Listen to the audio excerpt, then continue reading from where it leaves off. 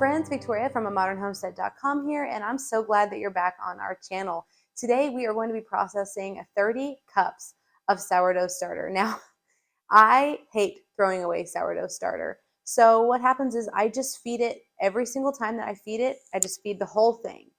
And really quickly, that creates a lot of sourdough a sourdough starter. And when you're working with a really expensive flour like Einkorn flour, even if you're working with regular flour, I don't want to waste it. And I'm sure you feel the same way. So I just use it. And I'm going to show you how.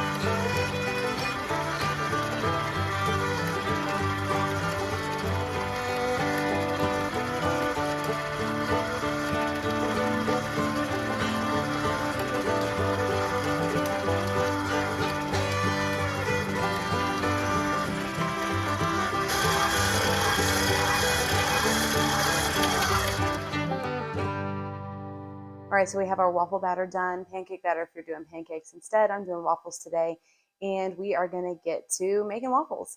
So one thing that I like to have is a huge tray. It can be a baking tray, it can be a platter, whatever it is, to put the cooling waffles on, or pancakes if you're making pancakes. But one thing I wanted to note is it does need to be stainless steel, or you need to put parchment paper down.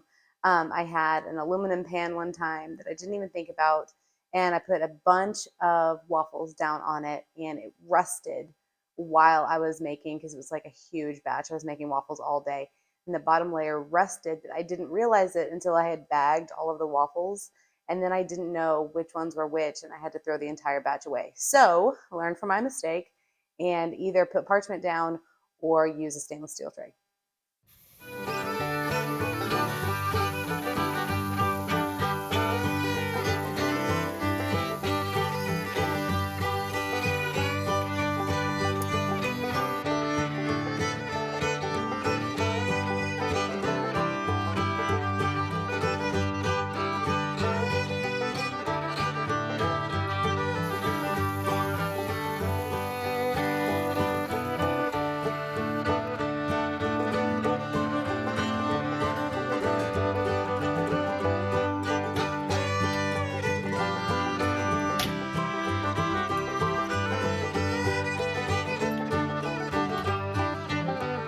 So you can see here that I am starting to have a really full tray of waffles, and this is not even a dent. I think this is maybe 10 waffles, maybe 12, and this batch is going to make about 80.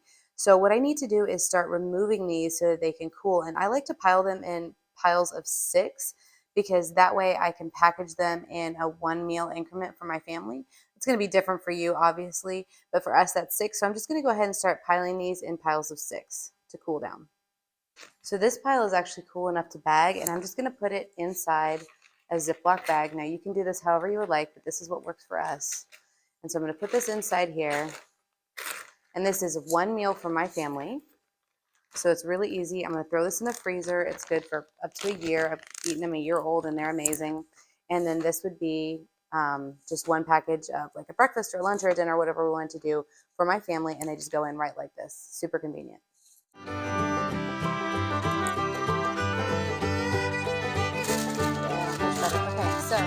Now, one of the other things I'm making during this large bulk sourdough cooking session is some sourdough pie crusts. Now, if you've never had sourdough pie crusts, you are missing out. They are so good. It's unbelievably delicious, such a rich flavor, and they're really, really easy. You don't have a two-step fermentation process. So you mix all the ingredients together, the night before. You let them ferment on the counter overnight. Then you pop them in the fridge to firm up, and then you roll them. Super easy, so great. So last night I mixed together all the ingredients. And so for this pie crust, I actually made a quadruple batch, maybe a quintuple batch. I don't remember now, but I ended up with 16 pie crusts. So for one batch, for a single batch of pie crusts, you need to mix together 3 cups of flour. In this case, I'm using einkorn flour. You also need 2/3 of a cup of sourdough starter, 1 cup of butter melted and cooled, a 1/4 cup of sweetener. I used maple syrup, and then a teaspoon of salt. Mix that all together, and then you're going to portion it into 250-gram bowls and let it ferment overnight. I like to flatten those bowls so that they're easier to roll out the next day, and I only have to touch them once before rolling. And then they're going to go in the fridge for a couple of hours to firm up, and that's where we are right now. And so I'm getting ready to pull those out and start rolling. So I just pulled the pie crust dough out of the fridge, and it is a little more firm than I intended for it to be, so it got left in there a little bit long. But I'm just going to leave it out at room temperature for about 30 minutes, and we'll come back and check it. I'm going to do 8 of these in the actual pie pans because I want to have an even number of top and bottom crusts. So what I'm going to do is put this in here. It needs a piece of saran wrap covering the entire pie pan. Otherwise, it will stick to the wood and you'll never be able to get it off in one piece. You'll have to start over. So we're going to do that.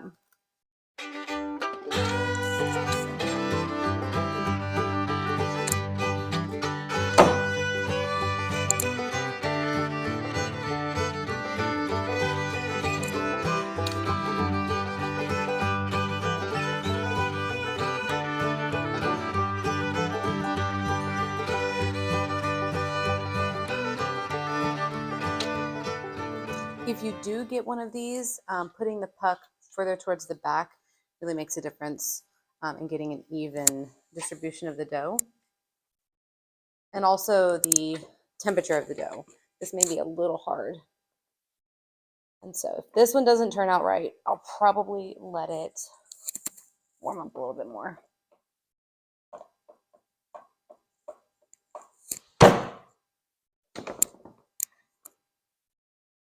Let's see. Yeah, so that one did better, but still didn't go all the way up over that lip, and this much dough should have been able to do that easily. So you can let it warm up a little bit more, and then it'll work. Then, of course, if you're hand rolling it, it doesn't matter. I'm going to just keep going because I don't really want to wait for it to warm up. Got a lot of baking to do, so I want to just keep going forward. So I'm going to take these pie crusts and put them in the freezer, and they're going to freeze flat until they're completely frozen, and then I can stack them and put them in bags. I like to use the bread bags that I use for my sandwich bread, and I've linked those before, but I'll link them below again. Be sure to check those out because it's amazing, and it keeps your pie crust good and ready to go without drying out or oxidizing. I really like doing the flat rounds as well because they're so easy and fun, and then you can just use them however you want to. If you have a special baking dish you want to use, that's all good. So I'm using wax paper here, and then I'm going to press these.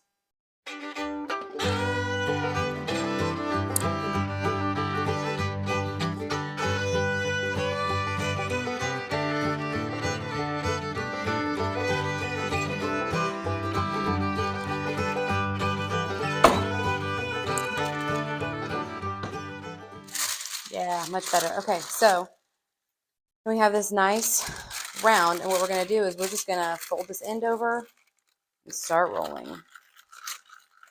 So this is very much like the pie crust rolls that you would get at the store.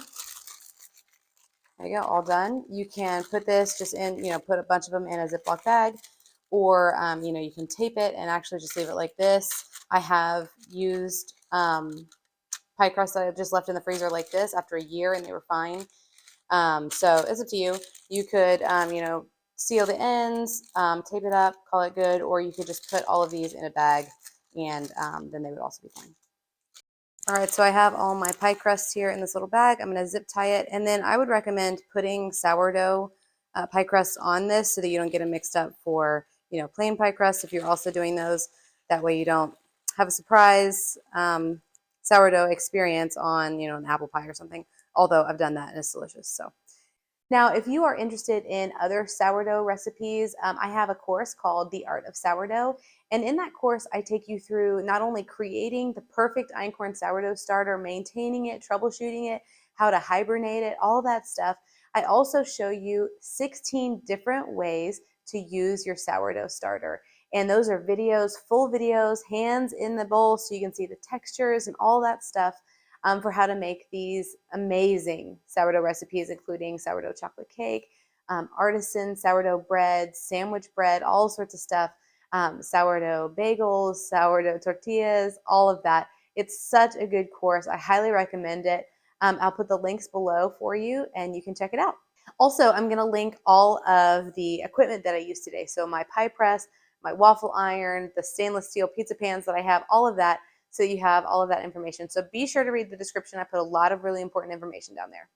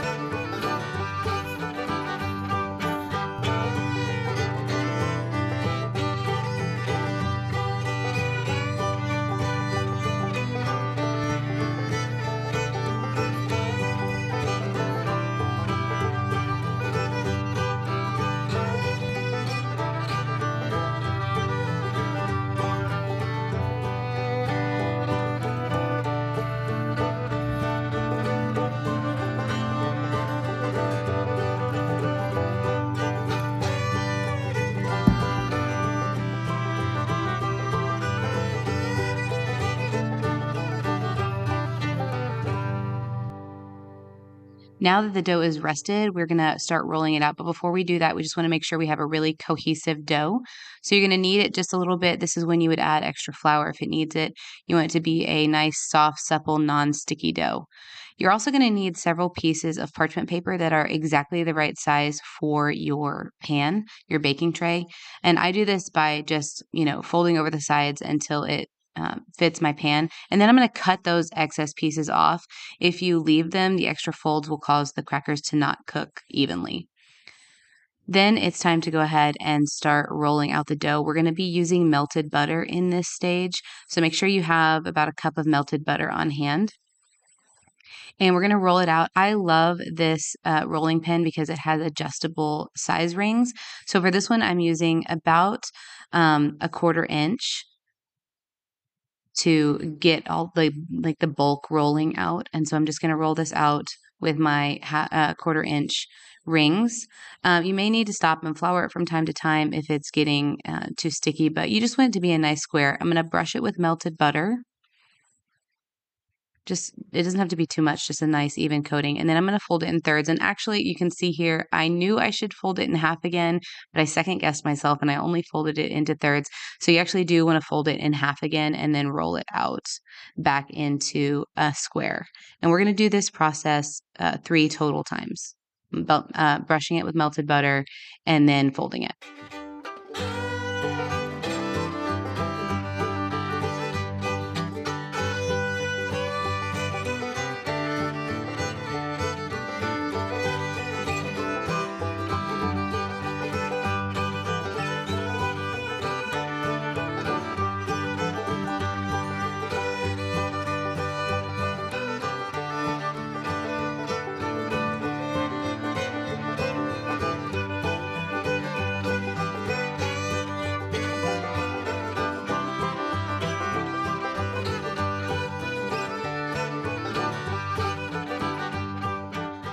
Now we're going to cut this in half because we're only going to work with half of it at a time. So just set the other half aside and we'll do it second.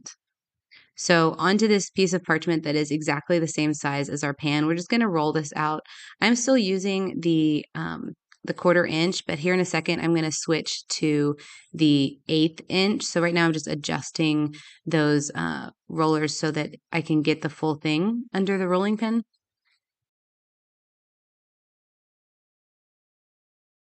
These are my 1/8 inch bands, and I like these for the crackers. It makes them really crispy, and you can see how much the dough moves as I've changed that band out. Again, you want to keep it as close to the parchment size as possible. Don't worry about covering all the parchment. Like I wouldn't add more dough at this state, but just try to keep it on the parchment as much as possible. Cut off any excess when you're done rolling. Put that aside. We'll use it again later. And then I have these cracker cutters that I actually make myself, and I do sell them on my Etsy store. This is the Ritz cracker cutter, and it's the one that I use most of the time. I like it for an all-purpose cracker. And then we also have these saltines, which are really fun, and then even these mini saltines, which I love for like soup and stuff. But these are actually new. But for the most part, I use these Ritz cracker cutters. So that's what we're going to use today. They are my favorite. They are actually coming back into stock on June 1st at 2 p.m. Central Standard Time. They sell out really, really fast. So if you want to get a set, I have graham cracker cutters and all sorts of stuff, club crackers. So definitely set your alarms and you can grab those in my Etsy store. I'll put a link in the description below. Then we're just going to cut these out. If they start to stick the first couple, usually it's only like 3 or 4 that stick. I just put them on a piece of parchment, just put them aside. And then I'll go ahead and keep cutting. Here in just a second, you'll see that they don't stick anymore. So it was actually only 4 that stuck. And then I'm able to just quickly cut through the rest of them.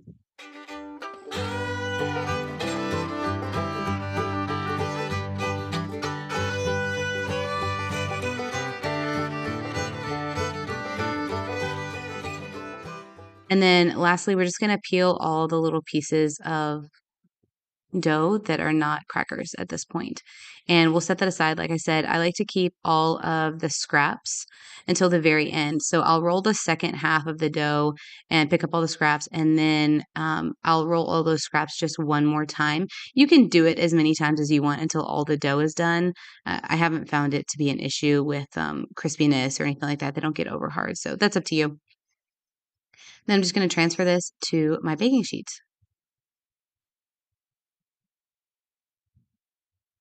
I'm going to take a little bit more of that melted butter and just brush melted butter on the top of each one of these. And also add a generous helping of salt. We like to use pink salt, but it really is up to you.